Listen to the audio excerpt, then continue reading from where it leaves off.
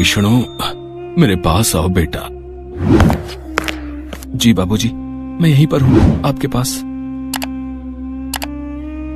एक दिन तो सबको जाना है, मेरा भी वक्त आ गया है। लक्ष्मी, तुम भी मेरे पास आकर बैठो बेटी। अब सुंदर कहाँ है? भैया रास्ते में है बाबूजी। विष्णु, बस मेरे पास आओ बेटा। वो भी आ जाता तो ठीक रहता। जी बाबूजी, सबको एक मैं यही जरूरी बात बतानी थी, कहीं उसके आने से पहले मेरे प्राण न निकल जाएं। तो सबको जाना। ऐसा न कहिए पिताजी, मेरा भी वक्त आ गया आपको है। कुछ नहीं होगा। लक्ष्मी, भैया भाभी बस आते ही होंगे। पास आकर बैठो बेटी।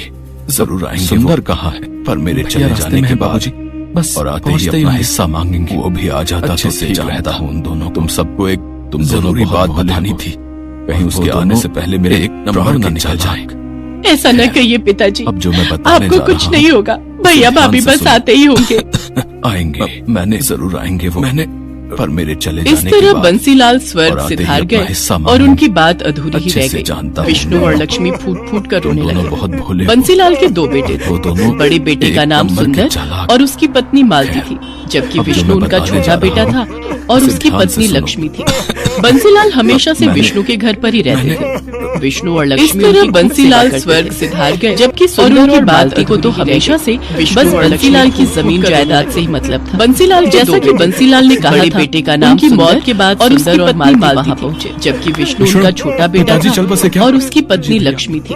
बंसीलाल हमेशा से विष्णु के घर पर ही रहते थे। विष्णु और लक्ष्मी उनकी खूब सेवा करते थे, जबकि सुंदर और मालती को तो हमेशा से बस बंसीलाल की जमीन जायदाद से ही मतलब था। जैसा कि बंसीलाल ने कहा था, उनकी मौत के बाद सुंदर और मालती वहाँ पहुँचे। खेत के बारे में कुछ पिताजी चल बसे क्या? इस बारे में तो कुछ नहीं कहा। हाँ तो ठीक है ना, आप दो ही भाई तो हो, आधी आधी बांट लो जमीन। कोई बात नहीं, कोई बात नहीं। अभी अभी पिताजी का देहांत हुआ है, ये सब बातें बाद में भी तो हो सकती हैं। कहा क्या? हाँ, तो मैं कौन सा बिल्कुल अभी कागज पत्तर मांग रही हूँ। सुंदर और मालती एक नंबर के लालची के बारे में कुछ। सुंदर बहुत पहले ही पैसे कमाने के चक्कर में शहर चला गया था। हाँ तो ठीक है, शहर में रहकर दो ही भाई तो हो, आधी आधी बांट लो जमीन। जबकि विष्णु भी सिर्फ इसलिए गाँव में रहा ताकि वो अपने पिता की देखभाल कर सके, बाद में भी खेती बाड़ी संभाल सके। हाँ, तो मैं कौन सा बिल्कुल अभी कागज पत्तर मांग रही हूँ भी रहा। लेकिन इस बात का न तो नंबर के कोई अफसोस था और सुंदर बहुत पहले ही पैसे कमाने के दोनों ने मिलकर बंसीलाल का बहुत अच्छे से और शहर में रहकर उसने अच्छा खासा पैसा भी कमा लिया था। जबकि अमीर होने के बावजूद सिर्फ इसलिए गांव में रहा ताकि वो अपने पिता की देखभाल कर सके, कंजूस और खेती बाड़ी संभाल सके। उन्होंने जीते जी कभी सुंदर के मुकाबले विष्णु हमेशा, लेकिन अब उनके देहांत के बाद इस बात का न तो विष्णु को कोई अफसोस था और न ही उसकी पत्नी लक्ष्मी को। दोनों ने मिलकर बंसीलाल का बहुत अच्छे से ख्याल रखा और उन्हें कभी कोई कमी नहीं निपट गए। जबकि अमीर होने के बावजूद सुंदर और उसकी पत्नी मालती एक नंबर के कंजूस और लालची थे। उन्होंने जीते जी तो कभी बंसीलाल की सुध और नहीं तो क्या विष्णु, लेकिन अब उनके देहांत के बाद गांव में हिस्सा अपनी जमीन की देख-रेख कर ही लोगे। पर हम शहर से कहाँ आते रहेंगे बार बार? इतना टाइम थोड़ी ही होता है हमारे पास। अब बंटवारा हो जाए तो हम अपने हिस्से की जमीन बेचकर निश्चिंत हो जाए और फिर चले जाए वापस। अब जरा बंटवारा कर लेते हैं। क्या गांव से कोई नाता नहीं रखोगी? अब करना जरूरी अब यहाँ गांव में है ही क्या? तो क्या विष्णु भैया, पहले पिताजी थे तो रहते हुए आना जाना हो जाता, अपनी जमीन की देख-रेख कर ही लोगे है यहाँ। पर हम शहर से कहाँ आते रहेंगे बार बार? इतना टाइम थोड़ी होता है हमारे पास। अब बंटवारा हो जाए तो हम अपने हिस्से की जमीन बेचकर निश्चिंत हो जाए और फिर चले जाए वापस। मेरे पास एक कमाल का आइडिया है। तो क्या गांव से कोई नाता नहीं रखोगी अब कि विष्णु? अब यहाँ गांव में है ही क्या लक्ष्मी? तो कैसा पहले पिताजी थे तो फिर भी आना जाना हो जाता था, अब क्या ही करना है यहाँ आकर? मालती और सुंदर ने जिद ठान ली थी। अरे सारी जमीन बेच-बाच शहर में बढ़िया घर बंटवारे और चमचमाती गाड़ी लेंगे और क्या। सुनो जी, कैसे भाई? मेरे पास मालती ने सुंदर को अपने दिमाग की सारी खुराफात करें, फिर अगले दिन अपनी जमीन भी हमें बेच दे बोला। तो कैसा रहेगा? विष्णु, क्या कर रहे हो? जमीन हमें क्यों बेचेगा? जा रहा हूँ भैया। और हम क्या करेंगे इतनी सारी जमीन का भाई? अच्छा, तो तुम मेरे साथ तहसील नहीं चलोगे क्या? सारी जमीन बेच-बाच कर शहर में बढ़िया घर और चमचमाती गाड़ी लेंगे और क्या मृत्यु प्रमाण पत्र लेकर लो कैसे भाई? जमीन अपने नाम ट्रांसफर करवानी पड़ेगी ना? अपने दिमाग की सारी खुराफात बताई। भैया फिर अगले दिन सुंदर सुबह विष्णु मुझे वैसे इन सब के बारे में विष्णु क्या कर रहे हो? ठीक है, मैं अपने हिसाब से देख लूंगा। बीज बोने भोला भाला विष्णु सुंदर पर बहुत भरोसा करता नहीं चलोगे क्या? आखिर दोनों सगे भाई थे। उधर मालती और सुंदर तो यही चाहते थे कि पिताजी विष्णु का उनके साथ मृत्यु प्रमाण पत्र लेकर और विष्णु जमीन अपने नाम ट्रांसफर करवानी पड़ेगी ना? सारा दिन घूमते रहे और फिर शाम को अपने प्लान के मुताबिक वो घर में दाखिल हुए। वैसे इन सब के बारे में क्या पता? भैया भाभी चलो ठीक है, मैं अपने हिसाब से देख लूंगा।